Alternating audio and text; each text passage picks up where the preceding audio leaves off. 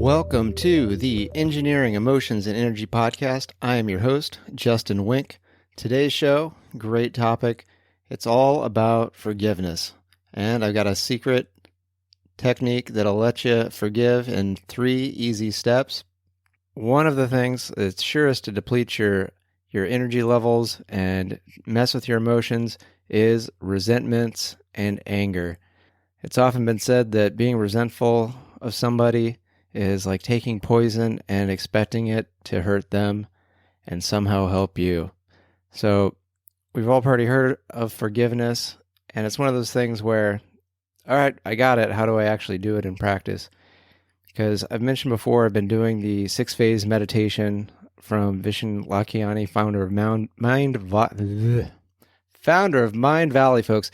I've been doing a yoga teacher training and had 12 hours of yoga teacher training. So I'm a little all over the place, but we have a fantastic show.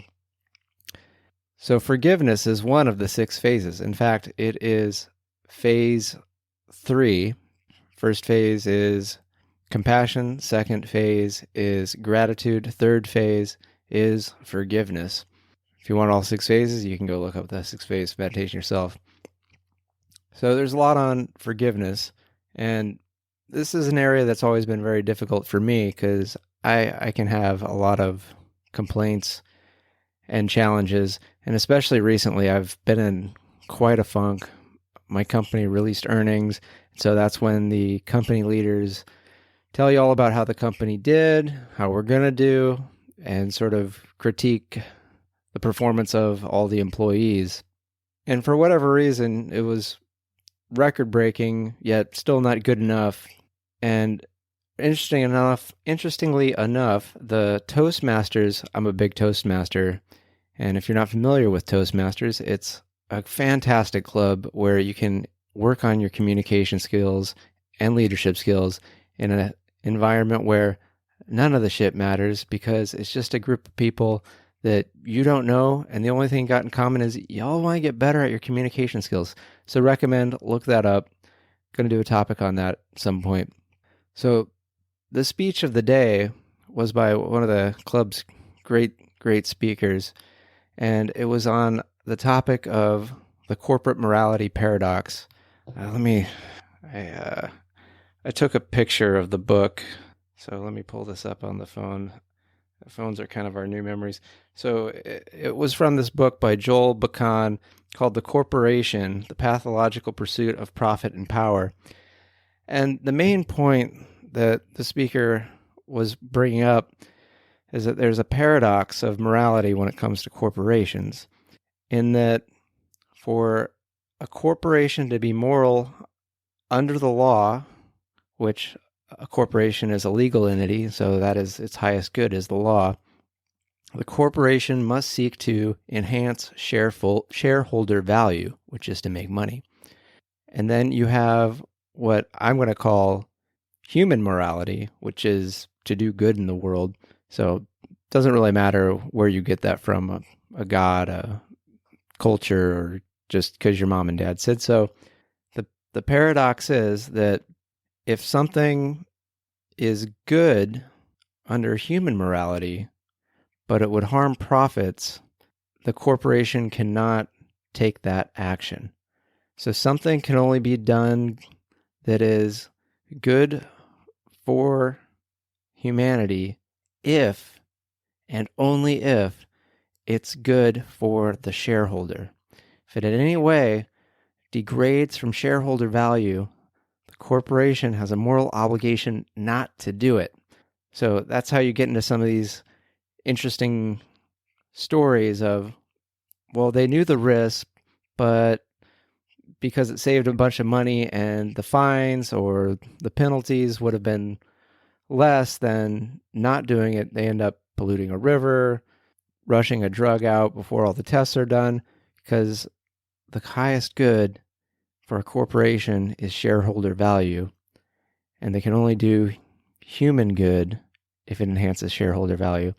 And it's just something that as I've been getting more into what do I really want to do with my life, I realize it's to do more of that human moral good in the world. And when you see that there is not a regard for that in decision making, it can really piss me off and get really annoying. And I definitely got down this week because hearing about all the decisions and all the plans and just realizing that this has zero benefit to the workers or to our customers other than to extract additional shareholder value out of these actions. It just got very disheartening, and I had a lot of resentment and anger. And so that's why this forgiveness topic is even more important, I believe, to me right now.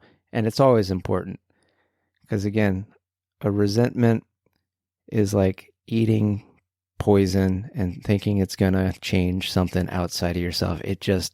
I've tried. I've been very, very resentful. And in part of the 6-phase meditation, one of the chapters I read on the forgiveness, they suggest go make a list of everyone you might have a resentful feeling towards, people that have harmed you, so that you can, every day do somebody new, or maybe some people, they're going to take a week, a month. And it was really, really interesting how many people I had. And I'm like, oh shit, no wonder I carry this ball of frustration around. I mean, I got my mom and my dad, my sister, like that's easy. But I've got a chorus teacher from when I was in 3rd grade, cello teacher from when I think I was in 3rd, my elementary science teacher, Mrs. Cohen. Oh, she was such an asshole. She had a mandatory group and an optional group. And if you did your homework and you did as you were told, you got to be optional. You got special privileges. And if you did not, then you were mandatory and you did not get the special privileges. Oh, she sucks. I had a best friend in elementary school, James, who later ended up hating me. Some kid who made fun of my Speed Racer shirt in junior high. This guy that hung out with made fun of me in junior high. I've got old managers, their managers, ex-girlfriends, women I've dated, the professors of friends of mine that caused them a lot of pain, so then I had to hear a lot of the complaining. Old professors of my own, my Pop Warner football coach, he just threw me in and had the biggest guy, linebacker, just tackle me mercilessly. All sorts of people that I've got complaints about that I can work on forgiving. And most recently I decided, I can apply this to the senior leadership at my company and let go of that and be able to live in a little bit more joy and happiness. So how do you actually go about forgiving? It's such an easy word. In practice, these people did things I didn't like. Some of them are really wrong, bad, should not be repeated. And forgiveness does not mean that you say the behavior is okay. You're just saying, I'm not going to be angry at you actively. It's a statement of, I am going to live in the present. I am not going to take the past with me everywhere I go, because that doesn't improve my life. My life is about the present and the possibilities I want to create. So if somebody did something illegal, they should, of course, have to pay the penalty for that, whatever it is. But there's no need to worry about any punishments and hold a grudge and keep a resentment as well. The resentment, the grudge, the hatred, the anger is not going to improve any legal consequences or other consequences. And in fact, that just might make it more difficult for you to do what's actually necessary to do for those consequences to actually be rendered. So great, we're okay with the idea of forgiveness. We're on board. It doesn't mean somebody can just get away with something or that you have to let them do it again. How do you do it? So 3 steps. And this is an adaptation of a technique I learned a while ago called 3 categories. The 3 categories are negative, neutral, positive. Now, what do I mean by this? Basically, if anything happens as a result of somebody else interacting with us, we can never 100% know the motivation of that person's actions. even if they tell us, we can never 100% be sure that they are telling us the truth of their motivations. So the motivations are never unknown. So any reasoning that we give to somebody's behaviors is 100% made up on our part. Often, we choose the most negative reason for a person's actions when it applies to us, even though we do not know the actual reasoning behind somebody's actions. Example, you're driving along, someone cuts in front of you. Usual reaction is, this is a horrible person. They did it just to piss me off, just to make me late, just to frustrate me because they are such a mean person and they are out to get me. I hate people that drive these cars this way. They are the worst. We have no idea. So that's the negative way to look at it. Neutral, very even-keeled. Somebody came in front of me. Maybe they saw me. Maybe they didn't. Maybe they didn't think they had the other option. We don't know. Positive. This person has something horrible going on and they are racing to the hospital, and they, any other day, would have gladly let me go first, but they were just so concerned about what was going on, and they probably would like to apologize for this horrible, egregious act, but they don't have my phone number. Oh, that poor person, I hope that they're okay, and I hope their families are okay. So 3 takes on the exact same event. So for example, let's take my my asshole elementary science teacher, Mrs. Cohen. I'm sure she's no longer with us, so I think it's okay. So she was a witch of a woman to little elementary school kids, including myself. So I can take this as, and so this is where the 3 steps come in. Is you start with your initial thought, which is unfortunately too often the negative. So step 1, Mrs. Cohen, she's just an evil, horrible woman that hates kids, and she saw that I was a horrible child, and she singled me out for that mandatory for punishment because she knew I was bad. And she's awful, and I'm awful. It sucks. Step 2, let's get to neutral.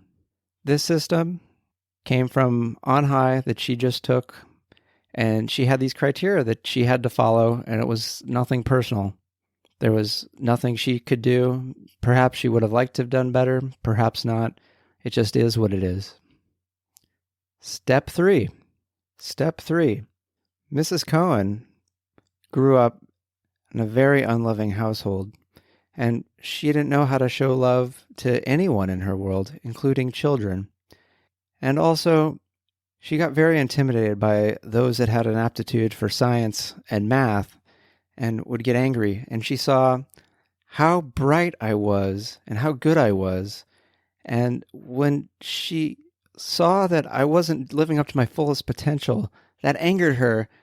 And the best she could do was put me in the mandatory, even though part of her probably really wanted to support me, but she just didn't have the ability to support my greatness. And so really, she was just trying to encourage me the best way she could, but she didn't have any better way. And after that, it's a lot easier to forgive and let go of that anger, let go of that resentment, and say, Mrs. Cohen, I forgive you. I no longer hold that anger. It's okay. So I really encourage you, if someone does something that harms you, that makes you angry, makes you resentful, if you got to get out the piece of paper and write down the steps 1, 2, and 3, practice it.